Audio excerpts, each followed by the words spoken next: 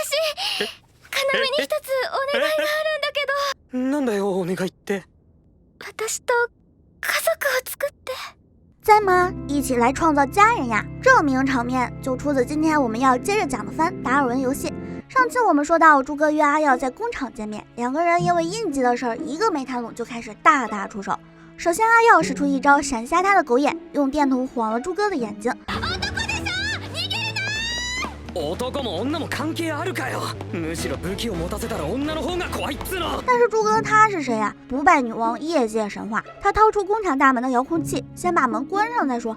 阿耀虽然是个萌新，但是他的智商是在线的。看朱哥这么熟练的操纵锁链，他大概理解了印记的概念。没错，朱哥的印记叫做极蔷薇的女王，她可以自由的操纵绳状物体。但是阿耀此时并不知道自己的能力是什么，他一边躲避一边寻思。自己手无寸铁，难不成真的要在这里挂了吗？突然，基友生前的那句话从他脑海中划过，强大的求生意识使他发掘出了自己的印记。武器がこの手にあれば、まだやれるって言ってんだよ。阿耀的印记叫做火神锤，可以凭空铸造出所有摸过的物体，太精密的或者太大的物体除外。朱哥没有想到这货凭空就变出了一把枪，但是惊讶归惊讶，躲开还是轻轻松松的。两个人你追我逃，弄得工厂乌烟瘴气。阿耀好不容易找了个小角落躲了起来，朱哥又开始用他的小链子开始地毯式搜索。阿耀迅速调整状态，开始找刚刚变出武器的感觉。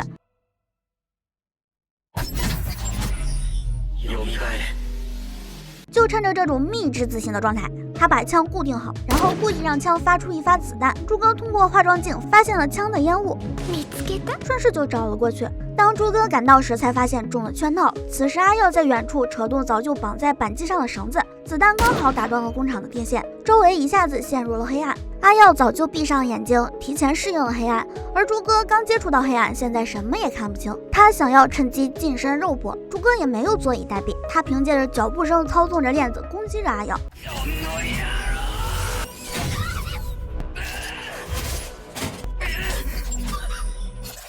阿耀并没有立刻开枪，朱哥也没有屈服，他操纵着锁链想要告诉阿耀，犹豫就会败北。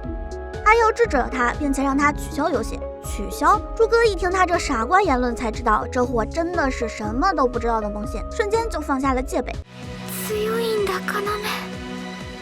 他掏出了手机，点了投降，并且告诉阿耀，这个游戏没有退出这个说法。朱哥因此扣除了不少点数。不败女王的神话竟然被一个萌新打破了，这肯定能在达尔文游戏里上个头条了。阿耀在得知双方都安全后，直接晕了过去。等他再次醒来，朱哥赤身裸体的躺在旁边，稍微清醒点后，就出现了开头那一幕：一起来创造家人吧。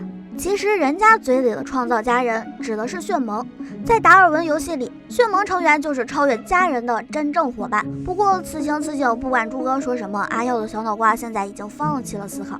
等两个人起床后，朱哥为阿耀恶补了一下达尔文游戏的规则，阿耀同意了朱哥的邀请，准备和他加入同一个血盟。奈何现在他等级还不够，只能先刷经验做到升级。之后阿耀便离开了朱哥家，他想着自己没钱打车回去，于是想先查查自己的余额。他自己估算了一下，也就还剩个5万日元左右吧。结果一查才知道，好家伙，100多万！而这些钱都是他用10个点数换来的。因为朱哥的投降，他现在有600多点，简直就是一夜暴富啊！可是，一想到输掉游戏，别说钱了，命都没了，他更加痛恨这个游戏了。然而，此时手机里的游戏又发来了通知，内容是寻宝活动。看来游戏开发商又要搞事情了。第二天，朱哥以商议活动为借口，约阿耀出来逛街。两个人有说有笑，有吃有喝，甚至还一起去买衣服，美其名曰熟悉场地。要不是开局基友几天，我还以为这是一部纯爱番了。然而另一边，一个大兄弟却在满城搜捕阿耀的行踪，甚至出巨资去分析屋买情报。卖情报的这个妹子咱要好好介绍介绍了。这个妹子叫林音，13岁，绰号分析师，典型的家里蹲，电脑零食是日常标配。她的印记是世界函数，可以全方面超速度的分析一切信息。平日里依靠着经营出售情报换取点数的分析屋过活。不得不说这番里的妹子真的是太对我口味了。回归正题，大兄弟在林音娜得知消息后，直奔阿耀而去。此時的阿耀正在玩着手機等朱哥上廁所，大兄弟趁其不備，一把搶走了他的手機。あんたが須藤要で間違いねえみたいだな。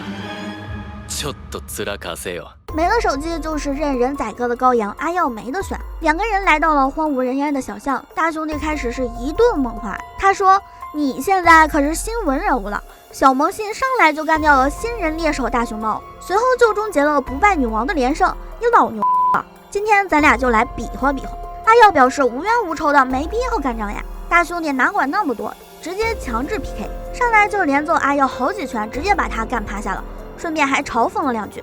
没想到阿耀徒手变出了一根电棍，朝着他的腿上就是一下子，随后就准备乘胜追击，结果还是大兄弟武力值更高一筹。不过阿耀也不亏，因为他的目标是大兄弟的手机，恰巧猪哥赶来支援，阿耀直接拿电棍杵在手机上，要挟大兄弟不投降就归西。大兄弟没办法，只能选择投降。我现在怀疑大兄弟他就是个演员。此时手机再次发来了通知，寻宝活动还有1分钟就开始了。时间一到，玩家身上被正方体套住后，随机传送到了陌生的地方。活动的主题就是一起和谐快乐的寻宝，玩家需要在规定的时间和规定的区域内，依靠地图以及活动道具异次元相机寻找宝石。